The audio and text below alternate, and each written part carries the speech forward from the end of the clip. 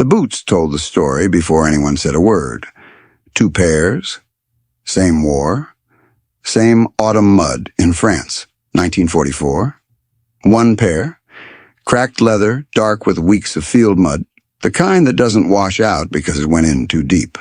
Combat mud, the mud that comes from lying flat in a ditch while something explodes close enough to taste.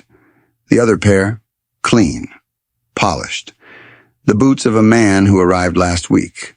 Both men were standing in the same replacement line, both wearing the same uniform, both technically eligible for the same assignment.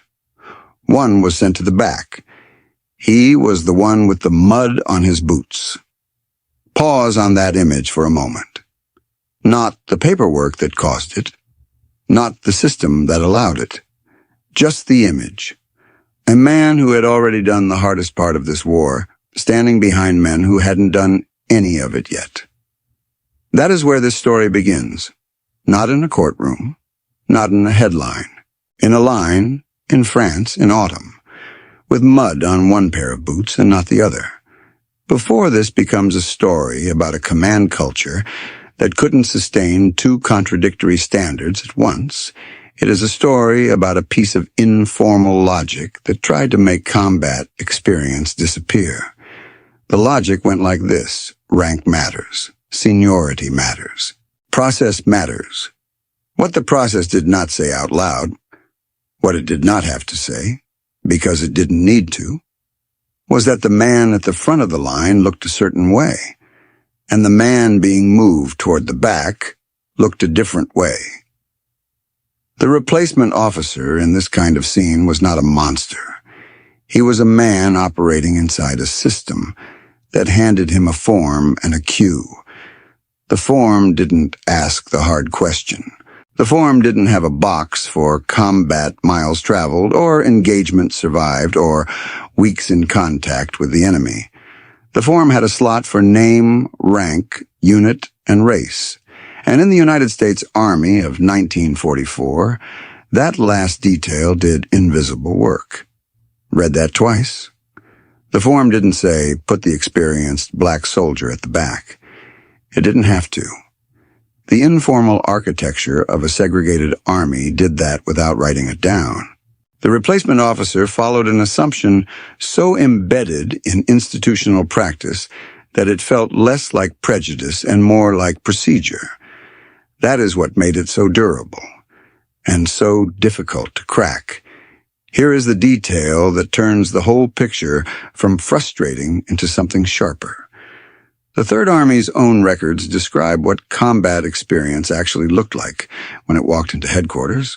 Colonel Robert Allen, Deputy G2 of Patton's Third Army, later wrote that groups of tankers and infantry soldiers, with hand grenades still on their lapels and, in his words, the reek of battle still fresh and pungent on them, were a common sight in the war room. He noted that this was never seen at any other Army headquarters. Think about what that means. Patton built a command culture where the men who came in smelling of battle, boots still caked in mud, were welcomed into the space where decisions were made, not cleaned up first, not processed through a chain of formal channels, brought in directly because the information they carried, the unfiltered, first-hand knowledge of what the front was actually doing, was considered essential. The Third Army's formal policy mandated that one officer from each staff section visit line units every single day and report immediately upon returning. The commanding general himself was required to do the same. This was not sentiment. This was doctrine.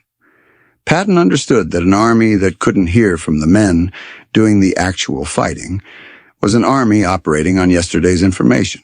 And yesterday's information, in a fast-moving campaign across France, could get people killed. I want to pause here and say something plainly. What gets me about this particular collision is how obvious the contradiction becomes the moment you hold both things in the same frame. Patton's war room valued combat experience enough to break protocol to get it. The replacement line, a few miles down the road, was using informal racial hierarchy to override that same combat experience. The same army, the same autumn, the same mud. Now put a frontline report into this picture. Not a formal after-action review filed weeks later. A field report. The kind written with a pencil under poor light, on a folded piece of paper, by someone close enough to the fighting to still have dirt under their fingernails when they wrote it. A report like that, describing what a black sergeant's unit had done, where they had been, what they had held, what they had absorbed. That report was evidence, not of heroism in the abstract, of specific, verifiable, professional military performance. The kind Third Army was built to track, route upward, and act on. The documented pattern within Third Army was that performance data was taken seriously regardless of where it came from. Patton's culture explicitly prized results over credentials. His senior staff operated on the principle that innovative and accurate information could come from anyone who had directly experienced the problem. An enlisted man with combat time was not a lesser source of operational truth. He was often a better one. That principle did not have a racial exemption written into it. But the replacement system operated as though it did, and that gap between the standard Patton's command culture ran on and the standard the replacement line was quietly enforcing was not sustainable the moment anyone looked at both documents in the same room. If you're interested in the kind of history that lives in that gap between the official standard and the one that was actually operating, stay with this. That is exactly the lane this channel works in. The bitter irony sits in plain sight once you see it. The replacement line's logic was, this man belongs further back. He is less urgent. His experience matters less in the calculus of who goes where. Patton's command culture's logic was, bring me the man who was just in the fight. His information is the freshest. His body is the proof. The mud on his boots is data. Those two logics could not occupy the same army without one of them eventually exposing the other. The Third Army's document culture did not simply tolerate feedback from unexpected sources. It was structurally dependent on it. The Army Information Service was built around the idea that useful intelligence could come from soldiers who didn't look like traditional intelligence officers. The 118th Signal Radio Intelligence Company drew from civilians, from men of diverse backgrounds and skill sets, specifically because Patton understood that homogeneous thinking produces blind spots. He had built a machine that rewarded what a man could do.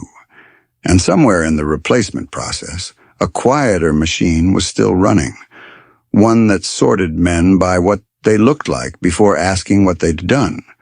The reversals in these situations were rarely loud. There was no ceremony, no formal apology. What the documented pattern of Third Army command culture shows is something more structural and more cold. When performance data contradicted informal assumption, the data was expected to win. Not because the Army had resolved its racial contradictions, it had not, but because Patton's standard for Third Army was efficiency, and inefficiency had a short life expectancy in his headquarters. A frontline report describing verified combat service could not be quietly ignored in a command culture that mandated daily frontline visits from every staff section.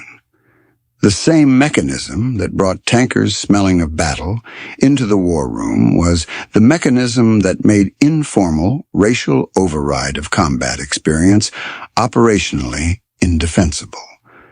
The dignity that was restored in a moment like this was real, but it was narrow. One report, one incident, one contradiction made visible. The Army remained segregated. The country remained what it was. The man with the mud on his boots walked forward in one specific line on one specific day in one specific autumn in France. That is not a small thing. It is also not the whole story. This is the part the cleaner version of the history usually skips. The Third Army's feedback culture was not designed to correct racial injustice. It was designed to win a war. The fact that it sometimes produced corrections to racial injustice was a byproduct of a ruthless institutional commitment to not wasting capable people. Patton was not a moral reformer. He was a commander who could not afford to run an army on false information, including the false information that a man's combat experience was worth less because of his race. The paper could not hold what the boots already proved. Not the replacement form, not the informal cue, not the assumption that had been operating so long it had stopped feeling like an assumption and started feeling like procedure. When the frontline report said what the man had done, and the command culture said it valued what the man could do, the gap between those two facts became the most expensive thing in the room.